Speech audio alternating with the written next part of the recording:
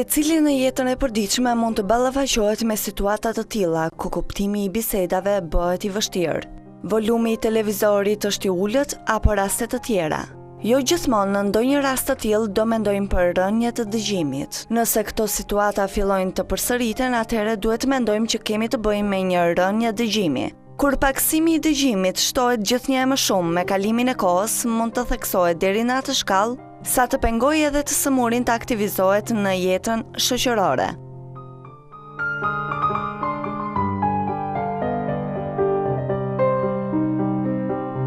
Një humbje dëgjimi mund të ndodhë papritur ose gradualisht, por ndryshon nga shumica e paftësive, pasi ajo është e padukshme. Kjo do të thotë se shpesh është e paparashikueshme dhe e pakuptueshme. Më poshtë do renditen në shenjat kryesore të rënjes së dëgjimit, të cilat mund të jenë të evidentueshme fare lehtë në këto situata.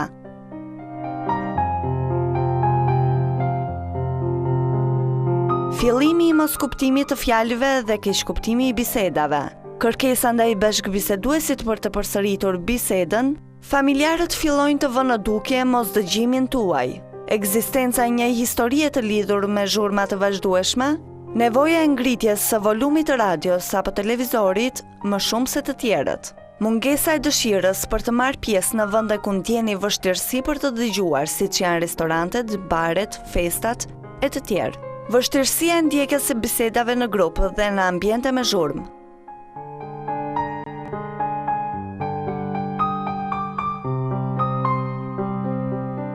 Shkaktarët e rënjes së dëgjimit janë mosha, ekspozimi ndaj zhurmave, trashëgimia, infeksionet e veshit, osteokleroza, alkooli, tymi i duhanit dhe disa lloje antibiotikësh, infeksionet të forta virale, trauma të kokës, disa trajtime kimioterapie apo radiacioni. A mund të parandalohen rënjet e dëgjimit? Duke marrë në konsiderat shkaktarët e rënjes së dëgjimit, jo në të gjitha rastet mund të merren masa për parandalimin e rënjeve të dëgjimit. Siç është theksuar, një nga shkaqet kryesore të rënjes së dëgjimit është ekspozimi ndaj zhurmave. Në këtë rast mund të bëhet fjalë për masa parandaluese. Është provuar që zërat shumë të lartë mund të dëmtojnë në mënyrë të pakthyeshme qelizat e kokles, duke shkaktuar kështu një rënje dëgjimi permanente. Në fakt, edhe zëra jo shumë të lartë, por të dëgjuar nga veshi periodikisht dhe për një kohë të gjatë, mund të shkaktojnë rënje dëgjimi. Lind pyetja se cila është ajo masë e zërit që mund të dëmtojë dëgjimin ton. Studimet tregojnë që masa e zërit që mund të dëmtojnë veshin është e barabartë me 90 decibel. Për të kuptuar se sa është 90 decibel, më poshtë do të tregohet sa është masa e disa zërave që hasen në jetën e përditshme. Siç dihet, kemi të bëjmë me dy lloje rënjesh dëgjimi, rënje dëgjimi të kthyeshme dhe të pakthyeshme. Rasti i parë shërohet me medikamentet përkatëse dhe në rastin e dytë nevojiten aparatet e dëgjimit për të rikthyer dëgjimin.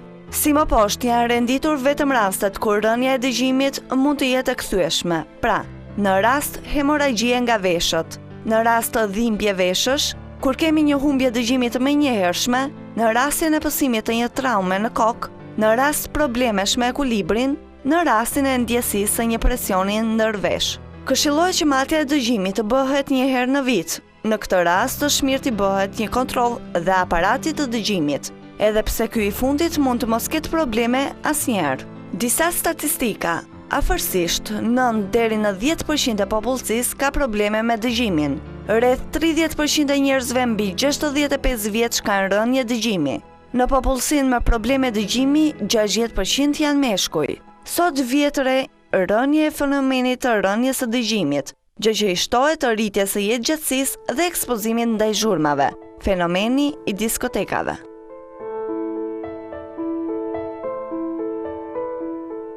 Miq të Rezedielli, përshëndetje. Jemi në hapësirën e mjekut, një hapësirë në të cilën ne shpeshherë me kamerën tonë shkojmë dhe vizitojmë mjek specialistë të ndryshëm, të specialiteteve të ndryshme dhe në studiot ku ata punojnë. Sot do të hymë në botën e otorinolaringologjisë. Kemi ardhur të takojmë një mikesh me të cilën kemi bërë dhe intervista të tjera. Është mjekja Klodiana Zaharia. Përshëndetje. Përshëndetje dhe faleminderit. Në fakt duhet dhe ne t'ju falenderojmë për kohën që na kushtoni, për pacientët të cilët e lëm pak në pritje. Megjithatë është një shërbim që ju vlen atyre që na ndjekin nëpërmjet ekranit, po. Në fakt si temë sot kemi zgjedhur të trajtojmë uljen e dëgjimit ose humbjen graduale të dëgjimit. Megjithatë mendoj që është me vlerë që të flasim pak dhe për anatominë e veshit, si një organ shumë i rëndësishëm që ka lidhje edhe me organet të tjera, apo jo? Po, patjetër, për ta kuptuar më mirë pacientët tonë se nga ju vjen ulja dhe humbja e dëgjimit, duhet të kenë disa nocione bazë ose disa ide se si është i ndërtuar aparati i veshit. Ne veshin e ndajmë veshin e jashtëm, e mesëm dhe të brendshëm. Veshi i jashtëm ka llapën e veshit ose aurikulën dhe kanalin e dëgjimit. Veshi i mesëm përbëhet nga daulja që përdor populli gjuhë membrana timpanike dhe 3 kockëzat e dëgjimit, çekiçi, kudra, yzengjia. Dhe veshi i brendshëm është aparati vestibular ku fillojnë ndihimet nervore të dëgjimit dhe të ekuilibrit. Tani këto 3 pjesë që ju shpjeguat, sigurisht i shpjeguat në një gjuhë të kuptueshme për shikuesit, besoj që ndikojnë ose mund të kenë dëmtime përkatëse që mund të sjellin uljen e dëgjimit, apo jo? Po, nëse cilën nga këto pjesë të veshit, nëse ndodh një sëmundje ose një dëmtim, mund të kemi rënje të dëgjimit. Duke filluar nga kanali i veshit, nga kanali jashtëm i dëgjimit, ajo më komunja, nozologjia më komune, ajo që gjejmë në vizitat e përditshme është copa dyllit, cerumeni, i cili një tapë plotë e cila bllokon kanalin e veshit mund të sjellë një ulje të dëgjimit. Po ashtu trupat e huaj në kanalin e dëgjimit mund të sjellin rënje të dëgjimit. Unë do të doja të shpjegoja, do bëja një shpjegim të vogël. Ne otojatrit e ndajmë rënjen e dëgjimit në 2 grupe të mëdha. Një grup e quajmë dëmtim transmetiv ose konduktor, që do të thotë veshi është normal, po ka një pengesë që nuk e lejon tingullit të transmetohet drejt nervit të dëgjimit. Dhe një dëmtim tjetër e quajmë një grup i madh rënjesh të dëgjimit, dëmtim neurosensorial, do të thotë që tingulli transmetohet në rregull deri te pjesa andiore te ku fillon nervi i dëgjimit, por është ky nerv që nuk funksionon mirë. Edhe ne jemi pak më pak optimist me këtë grup pacientësh, sepse është pak më e vështirë për të punuar dhe për të rikthyer dëgjimin në gjendjen e mëparshme.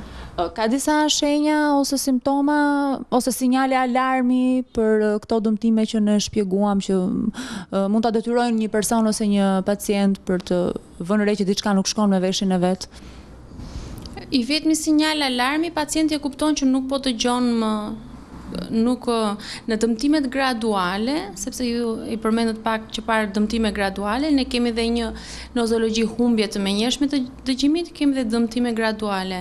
Në fakt, në këto dëmtimet graduale, pacientët fillojnë të adaptohen avash dhe kur arrin ajo maksimumi humbjes të dëgjimit, të themi dhe nga një pengesë mekanike, kur nuk po dëgjojnë më absolutisht, drejtohen te mjeku.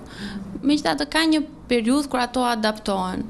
Janë pacientë që e shikojnë që nuk dëgjojnë më bashkë bisedusin, mbajnë volumin e televizionit ose të radios të lartë, nuk përqendrohen, nuk flasin dot, nuk bëjnë dot një bisedë në celular. E kështu me radhë. Alarmi dhe shenja e vetme është që nuk po dëgjojnë më si më përpara. Ankojnë për rënje dëgjimit kur paraqiten këtu. Kjo rënje dëgjimi, kjo ulje dëgjimi mund prek të gjitha moshat? Po nuk ka përjashtim moshe. Në fakt, ne nuk e përmendëm sepse rënja e dëgjimit është një temë shumë e gjerë. Edhe një bebe 1 ditë sapo lindur mund të lindi me defekt në dëgjim, me rënje dëgjimit të lindur. Edhe nga fëmijë deri në moshën maksimale kemi pacient me rënje të dëgjimit. Normalisht te fëmijët e sapo lindur duhet që në maternitet kur bebushka është 2-3 ditë, duhet të zhvillohet një test që ne quajmë autoemisione, është një screening test që bëhet të gjithë fëmijëve në Europë, ka filluar dhe këtu, për të parë që është në rregull me nivelin e dëgjimit apo jo, që aty merr një indicie dhe një informacion për dëgjimin e fëmijës. Besoj që kjo lidhet dhe me faktin se si ka shkuar shtatzania e nënës.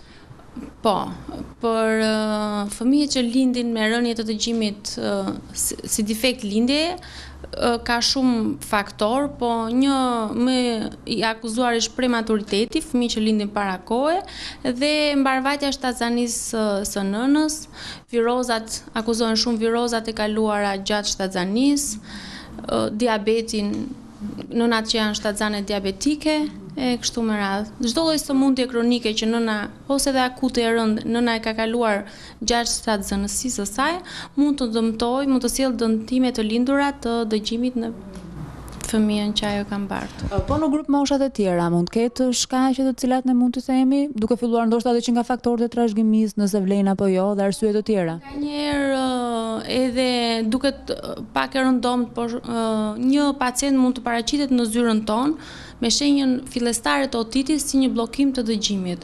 Ai vjen pas një gripi të zgjatur dhe thotë doktoresha gripin e kalova, mirë po nuk po dëgjoj. Dhe kur ne afrohemi të ekzaminojmë veshin, shikojmë një fillimin e një otiti. Pacientë të tjerë mund të fillojnë me dhimbje, këto pacientë paraqiten thjesht ankojnë në rënjen e dëgjimit.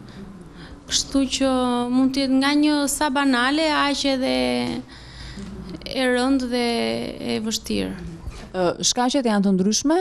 Në shkaqet në dëmtimin transmetiv të dëgjimit, si ju thash, fillojnë nga cerumeni dhe trupat e huaj, nga një otit viral ose bakterial, një otit mikotik, të gjitha këto mund të japin rënje të dëgjimit.